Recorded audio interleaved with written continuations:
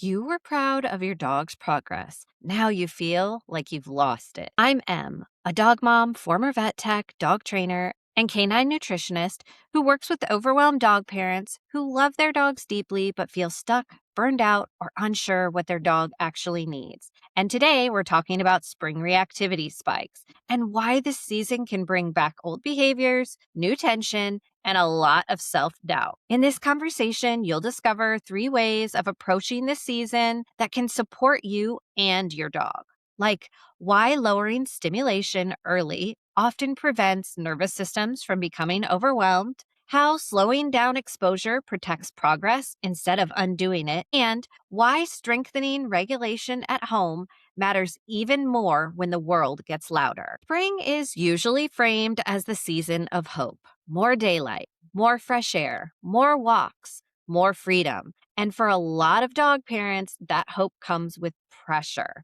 You finally feel like you can do more again. You finally feel like maybe things can start opening up.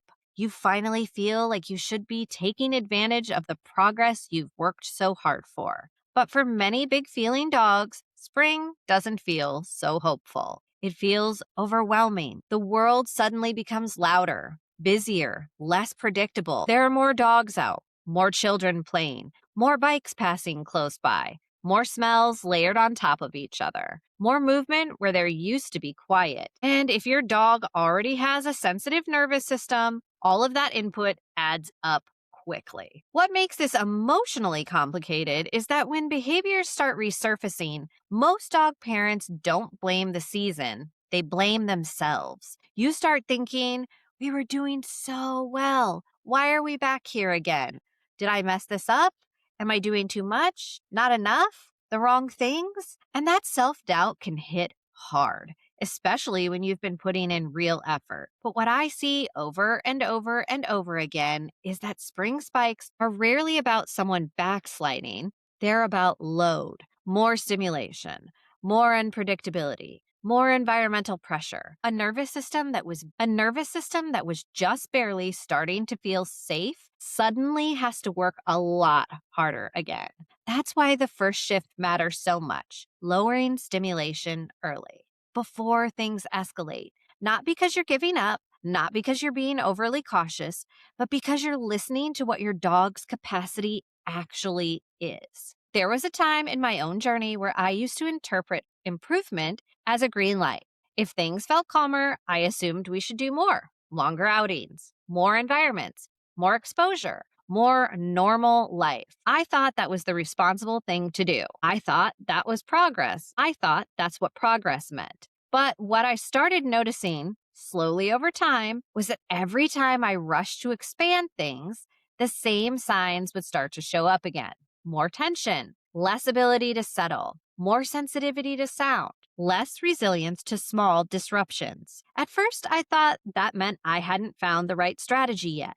But eventually, I had to face something harder. The issue wasn't that I was missing a better technique. The issue was that I was pushing past capacity. Nothing needed fixing in that moment, just listening. That's where the second shift started to matter. Slowing down exposure instead of stacking it. Not piling new challenges on top of calm moments, not treating better as an invitation to test limits, but treating better as something fragile that deserved protection.